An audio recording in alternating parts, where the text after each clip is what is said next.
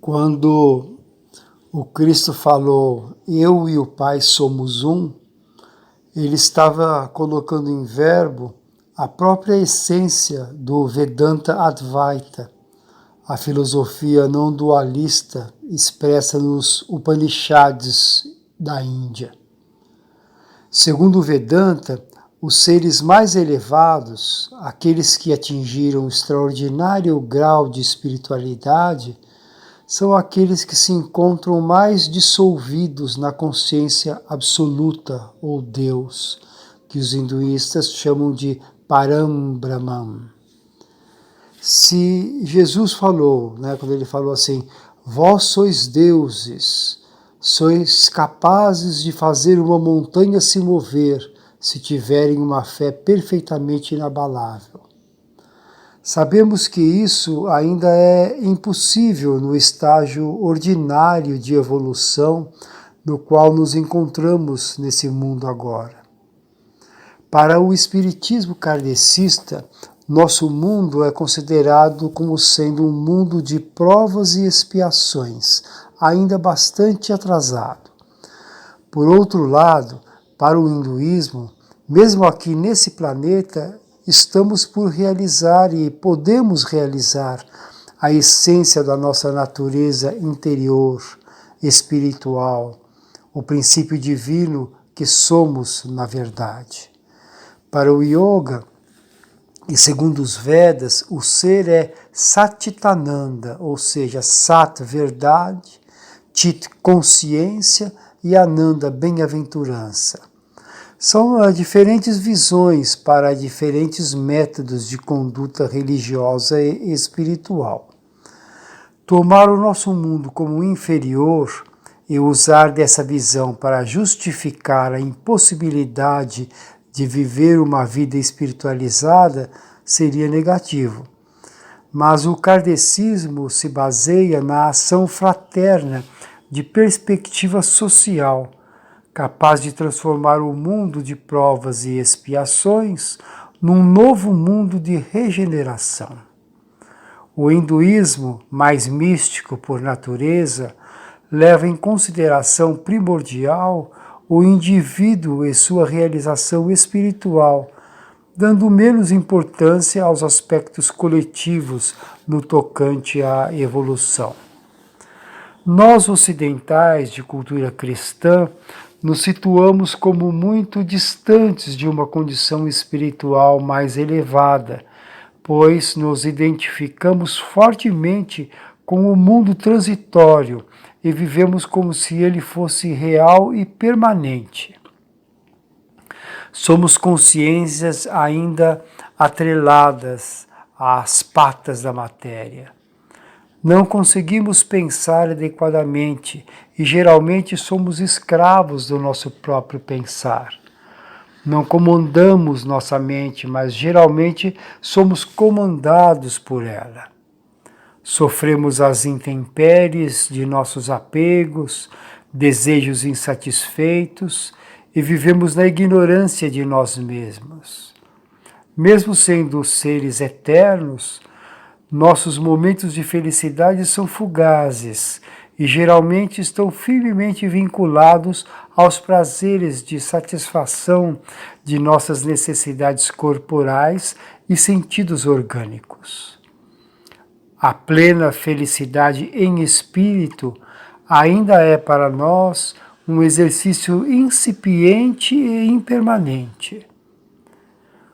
Os valores espirituais, que são os mais elevados da vida, só se constroem através do amor e do respeito ao próximo e pela superação das ilusões que nos aprisionam enquanto ser a energia do egoísmo. O eu material, que se identifica e busca supremacia no mundo, confundido com o corpo, esse tirano do espírito, como diz o Espiritismo, vive distraído e atado aos grilhões da carne, em busca incessante de conquistar coisas e poder.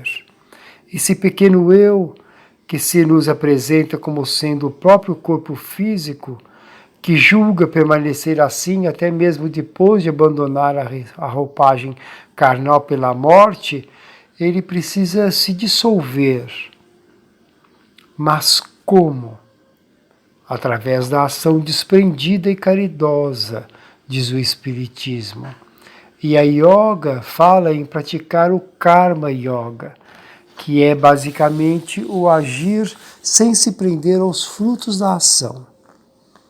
A satisfação que sentimos na alma quando praticamos as boas ações é de uma pureza e inefabilidade que, ao se avolumar, enternece o coração e transforma a alma. Buscando agir sempre no sentido do bem e da fraternidade, o ser se aprimora e se adianta no seu caminho para a libertação, reconhecendo a si mesmo como mais próximo da consciência essencial. Se somos deuses, como disse o Cristo, ainda relutamos em compreender e nos abandonar ao amor infinito. Os Upanishads, que constituem a parte final dos Vedas hindus, nos dão como analogia da suprema entrega e superação a imagem de um rio desaguando no mar. Aqui vivemos nos agarrando às pedras para fugir da correnteza da vida que caminha para a eternidade. Temos medo de deixar de ser. Racionalmente ou por força da religião, acreditamos na imortalidade da alma, mas mesmo assim mantemos o medo de morrer. De outro lado, a alta filosofia do yoga, expressa no Bhagavad Gita, nos diz para que não temamos, pois aquilo que é nunca vai deixar de ser, e aquilo que não é nunca vai ser. Para o Espiritismo, o progresso do espírito é lento e vai acontecendo através das inumeráveis reencarnações, sendo esse processo inevitável. Não há quem não acabe se cansando de tanto sofrer ao afundar-se na lama dos maus procedimentos, encarnação após encarnação. Chega um momento no qual o espírito toma consciência de si, se transforma e busca um nível mais elevado de moralidade e luz. Não adianta tapar os olhos para o sentido de perfeição que expande o amor do coração como se fosse um ímã atraído pelo Cristo em direção ao Pai. Ou, como diria o hinduísmo, penetrando a dimensão do absoluto, inenarrável e incompreensível Brahman. Deixemo-nos ir cada vez mais próximos de Deus. Às vezes sentimos dificuldades para abandonar os apegos ao pequenino eu egóico e intranquilo ao qual nos identificamos, mas sigamos firmes nessa luta pela própria emancipação.